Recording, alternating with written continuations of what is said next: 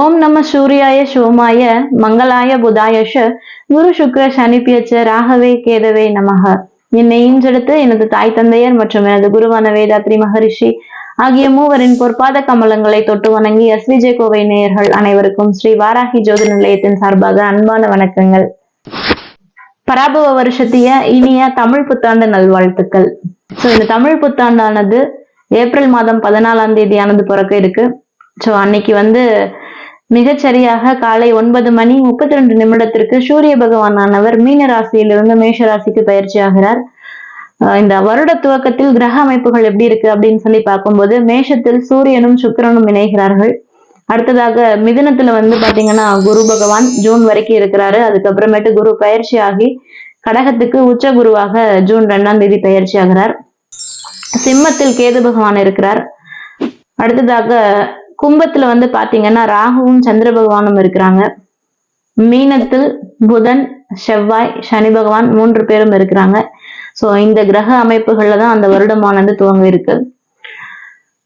ரிஷப லக்னத்தில் ஆண்டானது துவங்க இருக்குது. மாதக்கோள்கள் அப்படின்னு சொல்லக்கூடிய இந்த சூரிய பகவான் ஒவ்வொரு மாதத்திற்கு ஒரு முறை ஒரு ராசியிலிருந்து இன்னொரு ராசிக்கு பயிற்சி ஆகிறார். சந்திரன் எடுத்துக்கிட்டீங்கன்னா 2.5 நாட்களுக்கு ஒரு முறை பயிற்சி ஆகக்கூடியவர். புதன் செவ்வாய் சுக்கிரன் அப்படின்னு சொல்லி எடுக்கும்போது மாத கணக்கில், அதாவது ஒரு மாதத்துல இருந்து அதிகபட்சம் 3 மாதத்துக்குள்ள ஒரு ராசியிலிருந்து இன்னொரு ராசிக்கு பயிற்சி ஆகக்கூடியவர்கள். வருடக்கோள்களான குரு பகவான். குரு பாத்தீங்கன்னா ஒரு வருடத்திற்கு ஒரு முறை ஒரு ராசியிலிருந்து இன்னொரு ராசிக்கு பயிற்சி ஆகிறார். ராகு கேது அப்படின்னு எடுக்கும்போது வருடத்திற்கு 1.5 வருடத்திற்கு ஒரு முறை ஒரு ராசியிலிருந்து இன்னொரு ராசிக்கு பயிற்சி ஆகுறாங்க. சனி பகவான் அப்படின்னு சொல்லி பார்க்கும்போது 2.5 வருடத்திற்கு ஒரு முறை ஒரு ராசியிலிருந்து இன்னொரு ராசிக்கு பயிற்சி ஆகிறார். வருடக்கோள்களை வைத்துத்தான் அந்த வருட பலன்கள் எப்படி இருக்கும் அப்படிங்கிறது தீர்மானிக்கப்படுது. அந்த விதத்துல இந்த குரு பகவான் எப்படி இருக்காரு, ராகு கேதுக்கள் எப்படி இருக்காங்க, சனி பகவான் எப்படி இருக்காங்க அப்படிங்கிறத பொறுத்து ஒரு பலன்கள் அந்த வருடத்தில் எப்படி இருக்கும் அப்படிங்கிறது மோஸ்ட் ப்ராபப்ளி நம்ம டிஃபைன் பண்றோம். இந்த வருடத்துல சனி பெயர்ச்சி கிடையாது. திருக்கணிதப்படியும் சரி வாக்கியப்படியும் சரி சனி பெயர்ச்சி கிடையாது. குரு பெயர்ச்சி அப்படின்னு சொல்லி பார்க்கும்போது ஜூன் மாதம் 2ஆம் தேதி திருக்கணிதப்படி குரு பயிற்சியானது நிகழ இருக்கு. வாக்கியப்படி அப்படின்னு சொல்லி பார்க்கும்போது மார்ச் மாதம் 26ஆம் தேதி குரு பயிற்சியானது நிகழ இருக்கு. ராகு கேது பயிற்சி அப்படின்னு சொல்லி பார்க்கும் பொழுது திருக்கணிதப்படி டிசம்பர் 5ஆம் தேதியும் வாக்கியப்படி நவம்பர் 13ஆம் தேதியும் பாத்தீங்கன்னா ராகு கேது பயிற்சி நிகழ இருக்கு. இந்த பயிற்சிகள் எல்லாம் வைத்து ஒவ்வொரு ராசிக்கும் ஆன பலன்களை நம்ம சொல்லியிருக்கோம். கிரகணம் அப்படின்னு சொல்லி பார்க்கும்போது 2 சூரிய கிரகணங்களும் 2 சந்திர கிரகணங்களும் இந்த வருடம் இருக்கு. ஆனா இந்த கிரகணங்கள் எதுவுமே இந்தியாவில் தெரியாது அப்படிங்கிறதுனால எந்த ஒரு தாக்கங்களும் இந்தியாவில் வாழ்கிற மக்களுக்கு இருக்காது. அதனால நம்ம கிரகணத்தை பத்தி கவலைப்பட தேவையில்லை. செவ்வாய்க்கிழமை ஏப்ரல் 14ஆம் தேதி தமிழ் புத்தாண்டு அன்னைக்கு பாத்தீங்கன்னா சதய நட்சத்திரத்துல சந்திரனானவர் பயணம் பண்ணிட்டு இருக்காரு. இந்த வருடத்தின் ராஜாவாக குரு பகவான் வராரு. மந்திரியாக செவ்வாய் பகவானும் சேனாதிபதியாக சந்திர பகவானும் வருகிறாங்க.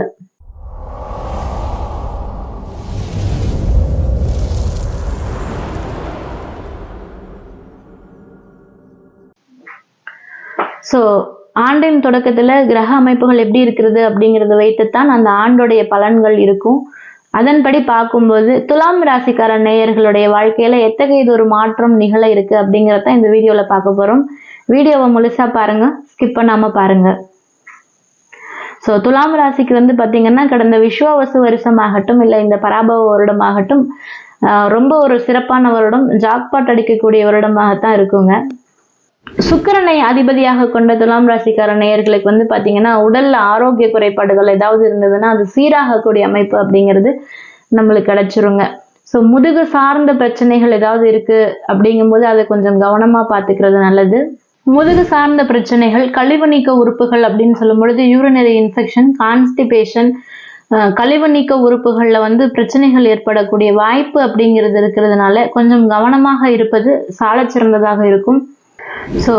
ஒரு மாற்றத்திற்காக வெயிட் பண்ணிட்டு இருக்கீங்க அப்படின்னா விரும்பிய இடமாற்றம், தொழில் மாற்றம், வீடு மாற்றம் ஏற்படுத்தி கொடுக்கக்கூடிய ஆண்டாக இந்த ஆண்டு இருக்கும் துலாம் ராசிக்கார நேயர்களுக்கு. எல்லா விதத்திலுமே வந்து பாத்தீங்கன்னா ஒரு ஏற்றம் கொடுக்கக்கூடிய ஒரு ஆண்டாக இருக்கும். தொட்ட காரியங்கள் துலங்கக்கூடிய ஒரு அமைப்பு, வழக்குகளில் வெற்றி கிடைக்கக்கூடிய அமைப்பு, எதிர்பார்த்த பணம் கைக்கு வந்து சேரக்கூடிய அமைப்பு, பழைய கடன்கள் வந்து வெளியில கொடுத்துருக்கீங்க பணம் நிறைய அப்படின்னா அதுவுமே வந்து வசூலாகக்கூடிய அமைப்பு, இது எல்லா விதமான நல்ல அமைப்புகளும் வந்து இந்த துலாம் ராசிக்கார நேயர்களுக்கு இந்த வருடமும் உண்டு.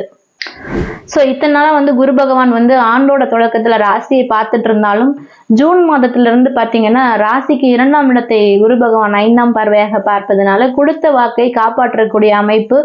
நீங்க யாருக்காவது ஒரு நல்ல விஷயம் செய்றீங்க அப்படின்னா உங்க வாக்கே வந்து அவங்களுக்கு நன்மை பயக்கக்கூடியதாக அமையும். தொழில் அப்படின்னு சொல்லி எடுக்கும்போது பேச்சு சார்ந்த தொழில இருப்பவங்க, ஆலோசனை கொடுக்கிற தொழில இருக்கவங்களுக்கெல்லாம் நல்ல ஏற்றம் கொடுக்கக்கூடிய ஆண்டாக இந்த ஆண்டு இருக்கும்.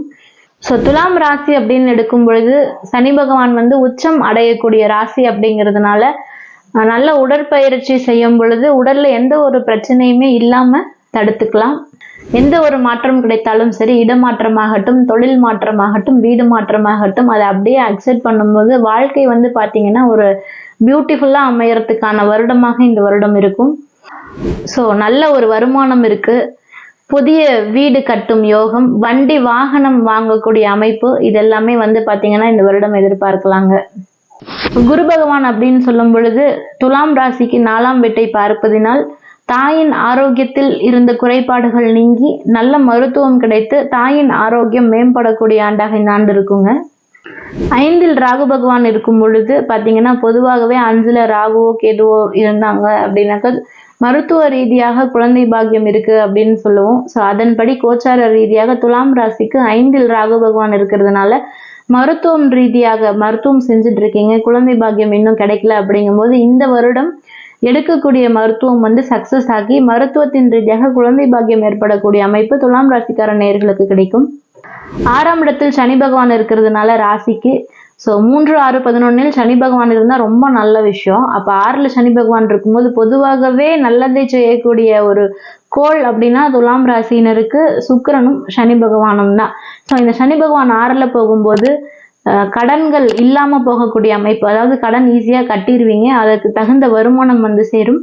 அதே போல் வழக்குகள் ஏதாவது இருக்குது, கோர்ட்டு கேஸு விஷயங்கள் ஏதாவது போயிட்டுருக்கு அப்படிங்கும்போது அது நமக்கு ஃபேவரட்டா நடக்கக்கூடிய ஒரு சூழல். ஸோ நமக்கு வந்து எது நடந்தா ஃபேவரா இருக்குமோ அந்த விஷயங்கள் நமக்கு நடக்கிறது. வெற்றி வழக்குகள்ல வந்து ஒரு வெற்றி வாய்ப்புகள் இதெல்லாமே கிடைக்கும். 8ஆம் இடத்தை சனி பார்ப்பதால் தூக்கமின்மை தொந்தரவு வந்து அதிகமா இருக்கும். அது இல்லாம பாத்துக்கிறது, யோகா தியானம் இதெல்லாமே சேர்ந்து நல்ல தூக்கம் வரதுக்கு நம்ம என்னென்ன பண்ணணுமோ அந்த மாதிரி ஃபுட் எடுக்கிறது, கன்சிஸ்டன்சியா அந்த டைமுக்கு சாப்பிட்றது, இதெல்லாமே பண்ணீங்கன்னா நல்ல தூக்கம், நல்ல உறக்கம், இதுவுமே வந்து பாத்தீங்கன்னா நல்ல ஆரோக்கியத்திற்கான ஒரு முயற்சியாக இருக்கும். 11ஆம் இடத்தில் இருக்கக்கூடிய கேது பகவான் அப்படின்னு சொல்லும் பொழுது வெளிநாட்டு விஷயங்கள்ல வந்து ஒரு சிக்கல், ஒரு தடை, தாமதம் ஏற்படுத்தி வெற்றியை கொடுப்பார். ஏதாவது வெளிநாடு வெளியூர் போகணும் அப்படின்லாம் நினைச்சிட்டு இருக்கீங்க அப்படிங்கும்போது அதுல ஆரம்பத்துல வெற்றி கிடைக்காது. ஒரு 2 முறைக்கு 3 முறை முயற்சி செய்யும் பொழுது ஒரு தடை தாமதத்தை உண்டாக்கி வெற்றியை கொடுக்கக்கூடிய அமைப்பு அப்படிங்கிறது இருக்கும். 6ஆம் இடத்தில் சனி பகவான் இருக்கக்கூடிய அமைப்பு தொழில் ஸ்தானத்துல அப்படிங்கன்னு பார்க்கும் பொழுது உங்களுக்கு கடல் தாண்டி தொழில் செய்யக்கூடிய அமைப்பு, கடல் தாண்டி போயிட்டு தொழில் செய்யக்கூடிய அமைப்பு, தொழில் செய்யறதுக்காக கடல் தாண்டி போய் ஏதாவது எக்யூப்மெண்ட்ஸ் வந்து வாங்கக்கூடிய அமைப்பு, இதெல்லாம் அமைச்சு கொடுக்குறாங்க. நல்ல வருமானம், நல்ல கௌரவம் இருக்கு. வீடு வண்டி வாகனம் சேர்க்கை, ஆடை ஆபரண சேர்க்கை, வீடு கட்டும் யோகம், வழக்குகளில் வெற்றி, தாயின் ஆரோக்கியத்தில் மேம்பாடு, இது எல்லாமே கொடுத்து என்னென்ன தேவையோ அத்தனையுமே ஒரு பாசிட்டிவா கொடுக்கக்கூடிய ஆண்டாக இந்த ஆண்டு இருக்கும். பொதுவாகவே துலாம் ராசி அப்படின்னு சொல்லும் பொழுது சனி பகவான் உச்சமடைகிற ராசி அப்படிங்கிறதுனால காவல் தெய்வங்கள், எல்லை தெய்வங்கள் அப்படின்னு சொல்லக்கூடிய தெய்வங்களை வழிபாடு செய்யும் போது வாழ்க்கையில் ஒரு நல்ல ஏற்றத்தை காணலாம். காவல் தெய்வ வழிபாடு அப்படிங்கிறது ஒரு நல்ல ஒரு முன்னேற்றத்தை கொடுக்கும். எப்பவுமே வந்து இந்த காவல் தெய்வ வழிபாடு எடுத்துக்கிறது வாழ்க்கையில ஒரு நல்ல திருப்பு முனையாக அமையும், நல்ல மாற்றத்தை உண்டாக்கி கொடுக்குங்க. ஸோ தொட்ட காரியங்கள் வந்து வெற்றியாகக்கூடிய அமைப்பு இந்த ஆண்டும் இருக்கு. நல்ல விஷயங்கள் நிறைய நடக்க போகுது, மாற்றங்கள் எல்லாமே நல்ல மாற்றங்களாக நிகழப்போகுது. ஸோ இது எல்லாமே வந்து ஒரு ஜாக்பாட் கொடுக்குற மாதிரி தான் இருக்கு துலாம் ராசிக்கார நேயர்களுக்கு. விஸ்வாவசு வருடத்தை விடவும் இந்த வருடம் சிறப்பாகவே இருக்கும் அப்படிங்கிறதுல எந்த ஒரு ஐயமும் இல்லை. இந்த வீடியோ உங்களுக்கு பிடிச்சிருக்கும் அப்படின்னு சொல்லி நாங்கள் நம்புகிறோம். வீடியோ உங்களுக்கு பிடிச்சிருந்தது அப்படின்னாக்கா லைக் பண்ணுங்க, ஷேர் பண்ணுங்க. எங்கள் சேனலில் இப்போ தான் ஃபர்ஸ்ட் டைம் பார்க்குறீங்க அப்படின்னா சப்ஸ்கிரைப் பண்ணிக்கோங்க. நன்றி, வணக்கம்.